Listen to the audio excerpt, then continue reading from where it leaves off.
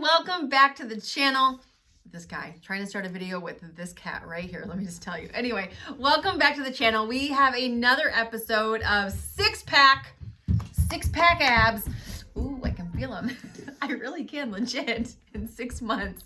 And so this is our 8-week update. We've been, we started this 8 weeks ago. I should say he started this 8 weeks ago on a quest to go from a keg to getting, that's like where you have, they'll see the picture if they've missed it. Dunlap disease.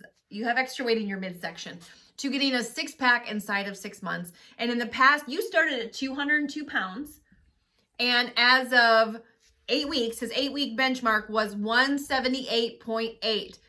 So to do the math for you guys, that's 23.2 pounds in 8 weeks. That's kind of incredible. And so we're gonna talk to him. We're gonna find out all the things. In fact, over the next little while, I'm gonna be asking you 4 questions. We got 4 questions that inquiring minds want to know. And then on our last update video, he told us on camera that we were gonna talk about something. Do you remember this? Do you know where I'm going with this? That we were gonna talk about something that all the other prior times when you tried to lose weight, It's the thing have been the most uncoachable on. I committed to being more coachable this time. Let me just break this down really plain for you. He said, hell no, I ain't doing that. Leave me alone. That doesn't matter. Totally didn't value. Totally. I was picking and choosing my recipe for success. Was it following? So after the 4 questions, we're going to talk about that. And so my first question for you, it's been 4 weeks since our last update. What's been going on? Where are you at? So as far as the plan, everything's been pretty much on track as far as my goals. And last time I had hit this big brick wall, that hasn't really been the case. This time I'm still making progress, but life happens. So we've had really 2 major life events, and we're about to have another one. We could mention that coming up, but we've had 2 major life events. You know, when you create a plan, like you're going to work out, you have a meal plan that you're going to follow. You've got everything in place. Your nutrition's on check. Everything's in check, right? And you have a schedule and you're at home. That's easy. But when you're not at home, then it gets complex. And when unexpected things take you away from home. So for example, my mother ended up what was supposed to be a weekend visit, ended up being a full week visit. And which meant I got behind on part of my plan. Part of my plan is my workouts. And we discussed that in the last video. You have a certain number of workouts and I work out every week. So I got behind, which means that based on, if you saw the last video, my consequence is based on, a big part of that is based on my number of workouts that I get completed. So now I've been having to make those up, which is fine. I understood that. I knew it coming into it. And that, what we talked about last time, that takeaway, that has really, really been the number one reason why. Because normally what I would have done is I'd have just been like, okay, I missed a week, no big deal, start back up. Now I'm like just working out, like doing the things, and it's okay because I'm in the mindset to get it done. And then we had a business obligation. We were out of town, so I missed a couple of days there. But it's fine. I knew that was happening. I made plans for it. I'm staying on track there. Still got some workouts to make up, but that's okay. Everything's good with that. I'll be able to get that made up. So, but the biggest one, the work obligation, that was planned. The biggest thing that was unplanned was you went away for 3 days, and 3 days turned into 8 days. Yeah. And he didn't have food packed for 8 days. He had food packed for 3 days. He was visiting his mom. He was taking care of his mom. She unexpectedly, the day he got there, got COVID. And it was a blessing in disguise that he was there. But unfortunately, you know, going to doctors and sitting in cars and taking care of her, your first priority wasn't. Yeah, I could have planned, if I knew I was going to be there for a week ahead of time, I could have planned things and done things, but I had none of my things. No, right. So I was like, oh, well, it is what it is. So I had to prioritize on that. But I also knew when I got back home, I was the whole time making a plan. Yeah. You know, if I get back home, here's my adjusted schedule to keep myself on track. That's what happens when you have a takeaway. And it doesn't matter what obstacle gets thrown at you, your brain is immediately, instead of going to where you were before of, well, this happened, oh well, I'll just pick up when I get home. It's like your brain switches to, okay, like how do I get back on track? How do I Yeah, and by the way, if you don't understand the takeaway, go watch the last video we did in this series because that's what that whole video was about. But you're exactly right, and there's a certain level of confidence boosting. There's a certain level, like it boosts my confidence to know that I can stay on track, and not only stay on track, but it's not like I just missed a week, right? Totally. It's like I don't want to say I'm making it up, but I'm making it up, and that there's a certain part of that just knowing that I can do it. This whole journey is really, if you focus on the positive, it's really confidence boosting. Like I can do this. You oftentimes say things like I can do hard things, and so you start focusing on, yeah, I can do this, and it just grows your confidence, and it starts to change how you see yourself. Well, yeah, you change your identity. Yeah, that's the word I was thinking. Yeah. Of. Okay. Totally. So what are the biggest hurdles that you've overcome in the past since our last episode? I think the biggest one was being out of town unexpectedly. That was definitely the biggest hurdle for sure. There's little things like muscle soreness. As you go on any fitness journey, there's stages, which is part of the reason we're doing this kind of in real time. There's stages to the journey. So I think that's just, you go from euphoria, excitement in the beginning. You see quick changes. In my first video, I lost like 14 pounds or something nuts like that. In the first 2 weeks. Yeah. That was crazy. Like, I don't think I've ever lost that much weight in my life that quick. It was crazy. And then, you hit this brick wall, and then you got to deal with that. You got to process through that. But then now I'm in this place where it's like, I'm starting to hum along a little bit. Like, I'm learning my body. I'm seeing what my body does. And it's dealing with soreness, because you're sore at the weirdest, awkward times. And soreness changes. So it's not like I'm constantly sore. It's more of a fatigue that happens on your body at times. And then here's the thing that you have to be careful for at this point in the journey, is getting settled into whatever your workout is. I don't care if you're just doing like curls in the gym or something. It's real easy to get used to what weight you use. It's real easy to be thankful that you showed up and that you got the process done. And that is important. And I always tell myself, if I feel like I'm not doing good for some reason, I always tell myself showing up is the most important part. But if you want to, like, I'm trying to get a 6-pack in 6 months. So that's serious commitment. So I'm constantly now, more than ever, asking myself, am I pushing hard enough? I'm working out primarily by myself. Nobody's around. Am I dogging it? Am I just at the status quo? Or can I do a little more? Can I lift a little bit heavier weight and still maintain form? Can I do just a little bit of cardio extra and I'm not just settling into routine?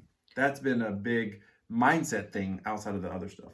Well, and you said, you're humming along, but you're making progress. Like, check out these progress. Like, look at these 3 photos and tell me from that very first one to the last one that you don't see a heck of a difference. It is a huge transformation already, and we're only 8 weeks into this. You still have 4 more months to go before the 6 months. All right, question 3. That's exciting, actually. It's hugely exciting. And to be able to see your progress like that in the photos, I mean, gosh. Anyway, okay.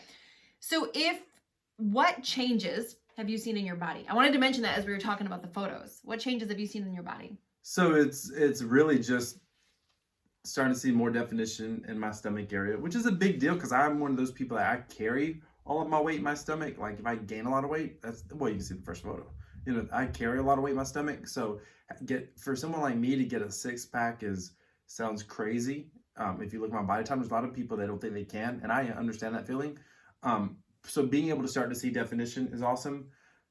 Getting stronger, like I'm lifting heavier weights than I was lifting when I started, and I should say by week 2, because when you start, you're trying to refine, what your strength is. But knowing that I'm going up heavier to stuff that I literally could not lift the proper amount of reps on week 2. So that's been huge. On the cardio side, I want to talk about pushing myself. Working out, knowing that I'm pushing myself further than I can. That's huge. Doing activities, some of the activities and stuff with the kids, running around with the kids, and realizing that I'm not getting nearly as winded. Like I can definitely tell I'm more agile. It's so awesome. More athletic, for lack of better terms. My body fat percentage is down. I started saying out, I think at 21% or something body fat. I forget. It was in low 20s. And now I'm at 16.9% body fat, I think. Or what was it? 16.8%. That's awesome. 16.9. Yeah. So that's significant because I know to get to a six pack, I got to get down to like below 12, 11, somewhere in there. Mm-hmm. That's my goal. That's not going to be an easy goal to achieve. So those are a lot of the changes, physical changes that I've seen, changes that I've felt, which is awesome. Oh, here's one. When I'm doing workouts, certain lunges and stuff, my gut would get in the way. Like especially like going down to try to touch my toes or doing that. It like only moves so much. Yeah, doing like a runner stretch and you feel your stomach. Like you never feel it any other time till you crunch and stuff. So I've been noticing literally this past week. I'm like, oh, I don't feel my stomach there anymore. Mm-hmm. That's kind of cool, and that's so confidence building. That's awesome. Encouraging. So our last question before we get to that one thing, we're going to talk about that one thing. So we're 8 weeks in, and even on our last episode, we talked about, the honeymoon phase had ended. It was over. By the time you get to that 8-week mark, the work sets in, right? There's no longer this exciting new thing. So if we were to rewind 8 weeks ago, okay, when you were excited about the thought of a 6-pack in 6 months, and we rewound and you had to make the decision, knowing what you know now, knowing the work, knowing life happens, all that stuff, would you still make the same decision to do this all over again? 10,000%. 10,000%. So even on the hardest days that I'm working out, even like when I feel like, because I still have to overcome that mental thing of like not wanting to do it.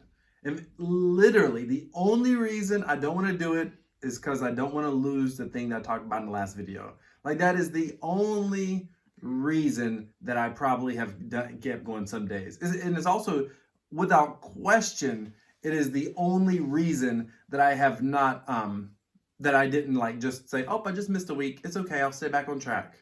Because it wasn't about missing the week, right?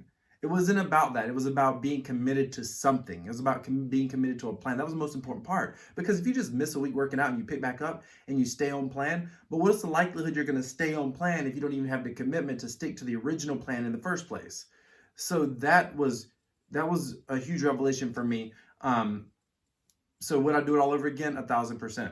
Like I can't wait to go further. Like now I'm probably even more excited than ever to go further with this. Like I'm very excited to go further. Oh, that's awesome, babe. And you're doing awesome. I mean, your photos alone show the work that you've put in, the commitment that you've had. And you've also been doing this one thing. Okay, so here's the thing. Here, let me preface this. Let me preface it. Tell them. Mm-hmm. So, I have a medical background. I used to be a nurse. I know it was a long time ago, but some of that knowledge is still in my big toe. It's down there. I remember it. So when Carmen started this weight loss journey, you were 288 pounds and you lost 161 pounds. If you haven't seen before and afters, you should see them. But so a lot of stuff that she did to lose weight, I understood. It makes total sense. I get it, I understand. But she always insisted on this one thing. And she used to sometimes she would say, oh, my body changes, it adjusts. And I saw her make a drastic change. And what we're talking about is drinking water. H2O. So I know water is important. Everybody knows we should drink water. Hydration is important. But she would tell me all these things. And I thought about doing a video. Maybe I'll do a video. I was going to tell her we should do a video, but maybe I'll do a video and she can upload it. But because I've been fascinated by this now. So I told her when we started this journey, I knew 6 packs in 6 months was no joke.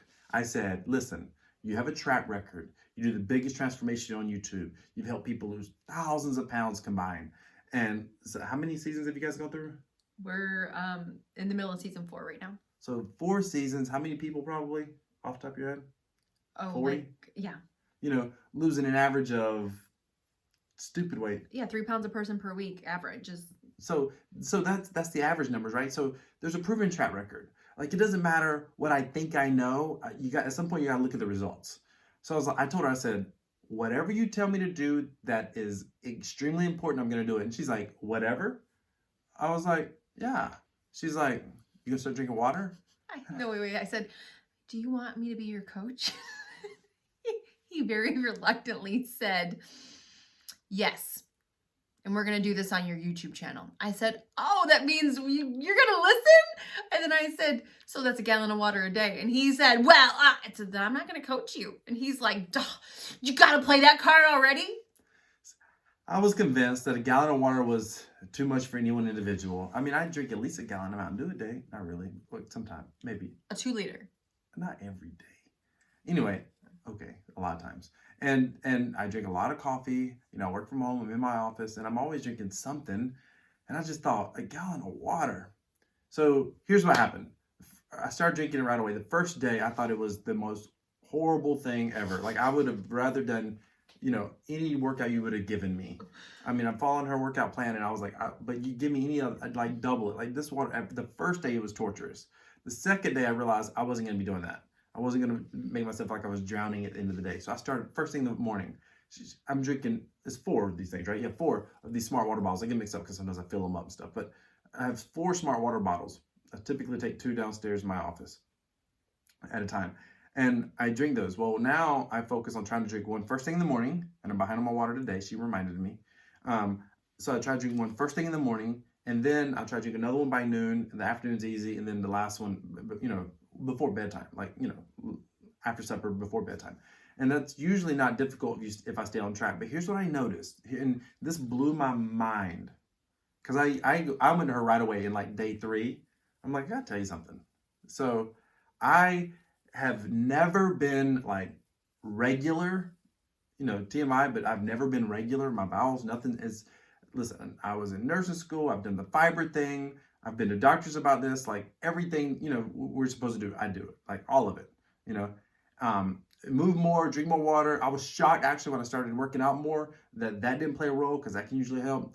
Done the whole fiber thing, extra fiber, all that stuff. Nothing really helped. I started drinking this water, and for days at a time, maybe 2 weeks, I went to the bathroom every day. Like, and I was like, if that's making that, and now probably 5 or 6 days a week, you know, I'm regular. TMI, but it's the truth. And there's now I've started to become a bit of a water nut. Like I started like, when I get excited about something, I always like go into research mode. And I need evidence to confirm how I feel about this. So I started looking at all the benefits. I should do a video about that. But here's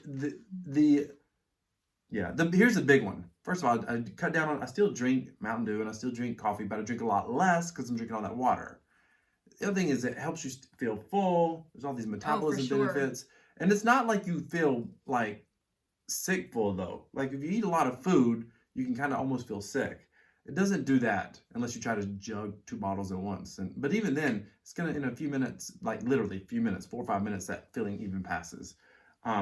It's unbelievable at the changes that I've seen in my body, that I feel in my body just by committing to drinking water. And I would have told you, had it not been for me committing to her, I'd have said, no way in hell I'm going to do that. Because I would have thought it was overrated. And specifically a gallon. Like I was convinced I was going to have water poisoning or something. Like, that's a thing. But typically not for an adult on a gallon. Like, do you want to kill me? He's like, you know that's a real thing. People can die from water. I'm like, not a gallon spaced out in a day. I had to go look that up. I really thought a gallon would do it. It won't do it for the average adult ever. But unless you got some crazy medical condition. But the average adult that doesn't have kidney failure, you're probably going to be fine. And I was like, okay, I'll do it.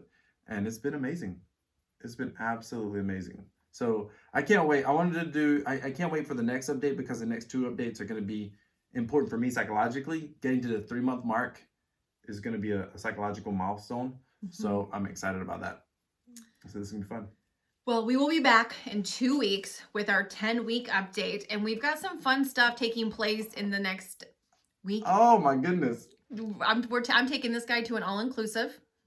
In between now and the next update, you know, an all-inclusive, it's all you can eat everything, all you can drink everything. So we're going to see how he does.